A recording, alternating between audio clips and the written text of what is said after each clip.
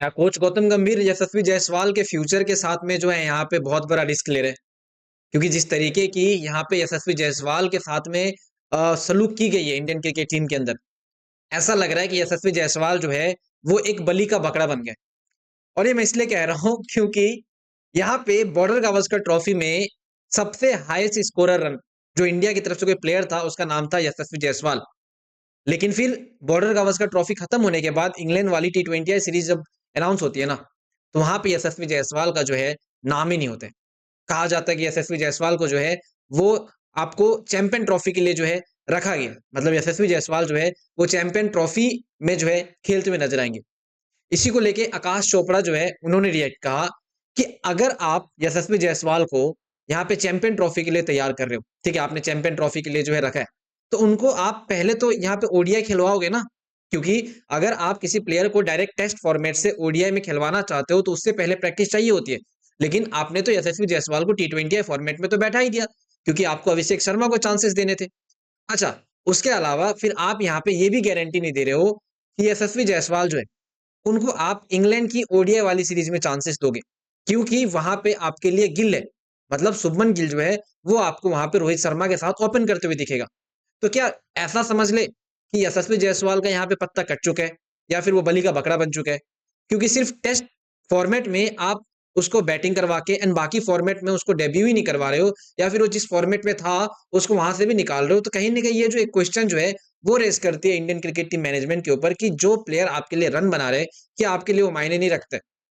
आप मेरे को एक बात बताओ, कोई एक प्लेयर है, जैसे अगर पीक टाइम पे विराट कोहली ने अपने बैट से रन बनाया था एंड टीम इंडिया के लिए बहुत बड़ा योगदान दिया था, और अगर उस टाइम पे एमएस धोनी ऐसा करते कि विराट कोहली को सिर्फ और सिर्फ ओडीआई फॉर्मेट में रख के टेस्ट एंड T20 से बाहर निकाल देते, तो क्या विराट कोहली वो आज जो विराट कोहली आपको वो दिखता? नहीं दिखता ना। तो आपको प्लेयर की पोटेंशियल पहचाननी पड़ेगी। एंड गौतम गंभीर, मैं कह रहा हूं यशस्वी जायसवाल के करियर के साथ में जो है एक बहुत बड़ा रिस्क ले रहे हैं, सिर्फ और सिर्फ शुभमन गिल के लिए। क्योंकि ओडीआई फॉर्मेट में चलो ठीक है, मानता हूं शुभमन गिल का बहुत अच्छा रिकॉर्ड रहा है, लेकिन इंपॉर्टेंट मैचेस में शुभमन गिल नहीं चला। आप मेरे को कितना भी यहाँ पे कह दो शुभमन गिल को लेके कि इंपॉर्टेंट मैचेस का प्लेयर है, मैं मानूंगा ही नहीं। और ये मैं इसलिए नहीं मानूंगा क्योंकि यशस्वी जायसवाल ने आपके लिए बड़े बड़े मौके पे रन बनाए हैं, जहां पे इंडियन क्रिकेट टीम को नीड थी। लेकिन आपने यशस्वी जायसवाल का अभी तक जो है वो डेब्यू करवाया ही नहीं है ओडीआई फॉर्मेट में। तो क्या हम ये समझ लें कि यशस्वी जायसवाल सिर्फ और सिर्फ आपको जो है चैंपियन ट्रॉफी में खेलते हुए देखेंगे? एंड वहां पे भी जो है जायसवाल की फुल गारंटी नहीं है कि वो इंडियन क्रिकेट टीम में एज अ ओपनर खेलेंगे। उसकी ये गारंटी है कि वो बैकअप ओपनर के रूप में है, मतलब अगर मान लो शुभमन गिल से कुछ नहीं हो पाया, तब जाके यशस्वी जायसवाल को चांसेस जो है वो दिया जाएगा। तो मैं एक बात कहूंगा कि पता नहीं शुभमन गिल ने ऐसा क्या कर दिया, फिर ऐसा क्या है कि यार यशस्वी जायसवाल जैसे प्लेयर जो इतने कंसिस्टेंसी के साथ रन बनाया था बॉर्डर गावस्कर ट्रॉफी में, उन जैसे प्लेयर को जो है चांसेस नहीं दिया जाता। और यशस्वी जायसवाल का T20 रिकॉर्ड भी कोई खराब नहीं है। अगर आप यशस्वी जायसवाल का T20 रिकॉर्ड भी देखोगे तो बहुत ही अच्छा रिकॉर्ड है, लेकिन यशस्वी जायसवाल का T20 स्क्वाड में नाम ही नहीं है। एंड ये चीजें अभी से नहीं है, अगर आप देखो तो बांग्लादेश वाले सीरीज जब यहाँ पे गौतम गंभीर जब से कोच बने, तब से नाम नहीं है यशस्वी जायसवाल का। मतलब ऐसा लग रहा है कि गौतम गंभीर जो है वो यशस्वी जायसवाल को T20 फॉर्मेट ओडीआई फॉर्मेट से हटा के सिर्फ और सिर्फ टेस्ट प्लेयर बना के जो है वो रखना चाहते हैं। एंड शुभमन गिल को सारे फॉर्मेट में चांसेस देना चाहते हैं, जबकि शुभमन गिल जो है वो हमेशा से फ्लॉप प्लेयर रहे हैं।